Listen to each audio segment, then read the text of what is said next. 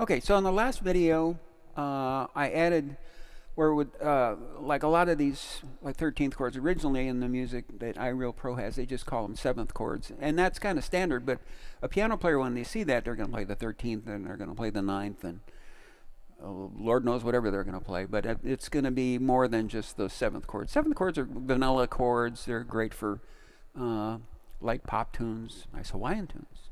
Love a Hawaiian tune. My good friend Matt Cattencoop lived over there for many years. And anyway, so you have to add all these. So I did that. And one thing that iReal Pro does that I'm not crazy about is that when they put the chord changes in, they put first and second endings. And they've got plenty of room not to do that. So let me show you how to fix that. My reading would rather not see that. I'm not the greatest reader in the world. Okay, first of all, this is an ABA tune. So the first A is A, it's 8 bars. So these first 8 bars are actually correct. So I'm going to get rid of this first ending, and all I have to do is go over and touch that, and that gets rid of it. I'm going to get rid of this repeat sign because I'm going to realize this out so it's not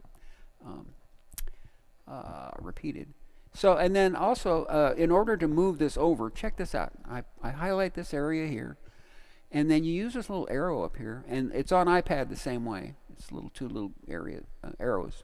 And what it does, it just kind of pushes this stuff over like that.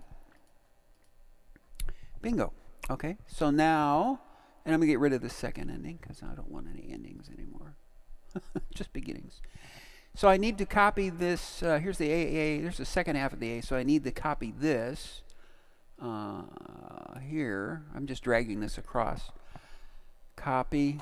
And then I have to, here, this is the way you paste, by the way. You have to give it the spot that, highlight the area that you want it to be pasted in. Otherwise, it just moves the music over.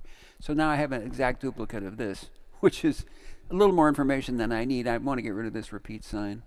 So let's put a double bar there. I always put a double bar every 8 bars. And the reason why is the drummer, for some reason, when it sees a double bar, it does a little kind of fill before. And that's kind of neat. So if you don't do that, then they'll just kind of play straight through. And there's some other things you can do with this kind of double bar thing that happens. Also, it's in 4/4 already, so I'm just going to get rid of the 4 here. So I have A, B, A. If I want to keep that, I can remove those or whatever. Okay, so now my form, it's got a repeat somewhere, so down here it's going to do a repeat. Okay. Otherwise, or you could take the repeats out like iReal Pro does and then just put the amount of times that you want it to play.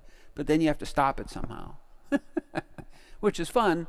But I've got some other way. I've got some things where you can make an actual arrangement of this without having to deal with just trying to turn it off and hope that it sounds okay. All right, B flat 6/9. I'm going to add some substitutions for the fun of it. So B flat to E flat, a nice little chord in between would be some kind of an E chord. So I'm going to do an E 9 with a sharp, with a money, with a sharp 11. And then I'm going to do an A. I'm going to go E flat. So this goes down chromatically. B flat, E to E flat. And then I'm going to go put an A chord here so it goes A flat. So it's flat 5 substitution here. So you can never have enough of those. A9 with a flat 5. Good. And then I'm going to put a little substitution here. Got C13 for 2 measures.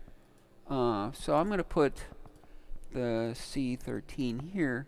But here, for the fun of it, I'm going to put a G. Oh, I got to erase that first. G minor 7. Well, let's just do G minor 9. Because the piano player is going to add the 9th anyway. And there's a slash over a C. So I have a nice little thing like that. And then a piano player probably over here, it's going to go from the F13 to the B flat 6/9. So it's probably going to be like an F13 with a flat 9. And so now, I put some substitutions here. Pardon my Greek here. And I'm going to copy. this, because this the AABA, so every time there's an A, these changes happen again. Or you could not do them. Some paste. Paste. And then there's my A. I could paste that here.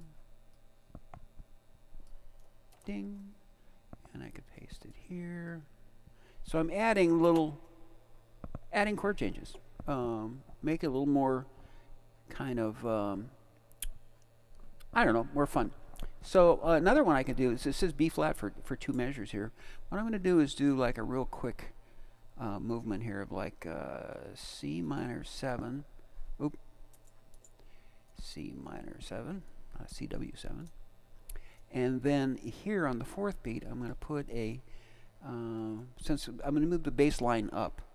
So it's going to be C diminished. I'm sorry, C sharp diminished. And then in the next measure, I'm going to put a B flat 6 9 over a D. So you see the melody moving up. Now there's a mess here, so can't read that. So what you do is you highlight the measure, and then there's this thing called NS, and the S means small, and so that mellows that out. Unfortunately, everything after it gets small. So what you do is you highlight the measure after it and hit N, which is kind of normal, I guess. Is that their thing? And so I've got a bass line that moves up a little bit, and then I'm gonna just, I'm gonna resolve it just to have a normal B flat 6 9, B flat 6 9. There we go. So I've got all my little substitutions. I've got some flat 9 chords here. Here I might do a F13 flat 9. Oops, I got to use a little flat sign. I'm always bad at that. I use a minus a lot of times. So here we have our. This is kind of cool. And also here's another spot you could do F13 flat 9. Oop, I can use that flat 9. There we go. Okay. So now I have my little arrangement here with all kinds of fancy substitutions, etc. Well, let's see what this sounds like. So I'm going to save this and then close it. And there it is. So we have a repeated thing, which has got now I took the first and second endings out. We got substitutions. Let's see what happens. Let's see if anything blows up. Here we go.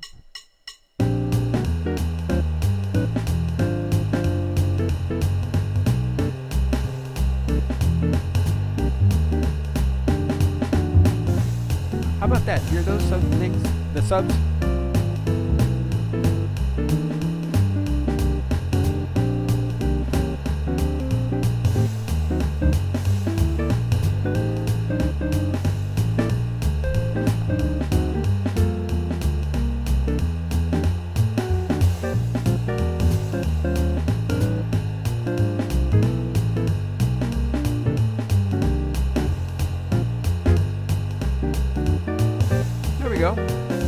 That's kind of cool. There's a couple other things I go and see edit. I can go edit song. I just hear this screams out C13 sharp 11. Let me see here.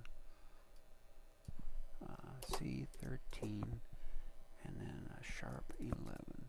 It just kind of screams. You hear it screaming? I don't know. I do. And then I'm going to put one here too. I'm going to use that same one. I copied it over. And I heard a G13, maybe here a G13 flat 9.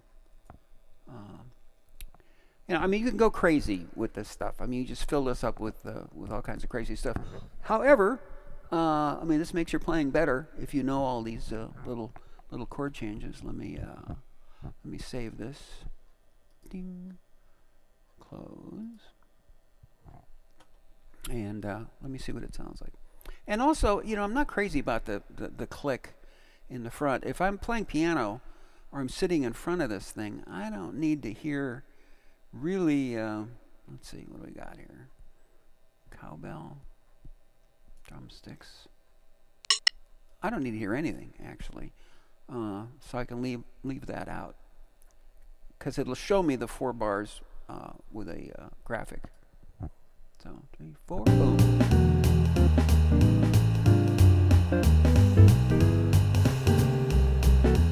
Yeah.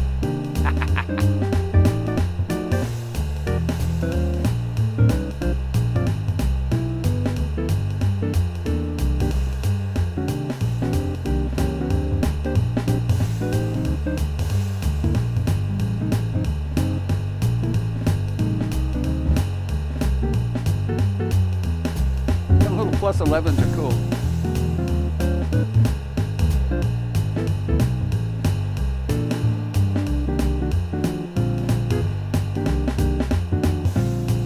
There you go. So there's some possibilities there, you know, and I guess the drag about it is that you have to do one of these at a time. However, if you're playing a gig somewhere or if you're doing something somewhere, you just do one of these a night or you know, a couple of nights. Sometimes I watch Angels lose on TV, and then I'll be sitting there and I'll do these kind of in my sleep. But this way we've gotten rid of the first endings, we've added some substitutions, and now it's a little more palatable to read. I'm going to do one more video, well, a couple more, of how to make an arrangement of this so it has an introduction, has the amount of times you want to play through it if you have a little band, and then an actual tag ending, and you don't have to grab for the computer and make it stop. It'll stop on its own. So I'll show you how to do that, and that's really handy, especially if you're a vocalist or if you're playing a duo somewhere. You can have this thing kind of set up to have a certain amount of times to play. All right, enough of me talking. I hope you enjoyed that. It's kind of fun. We got a lot of good stuff here. Rock and roll.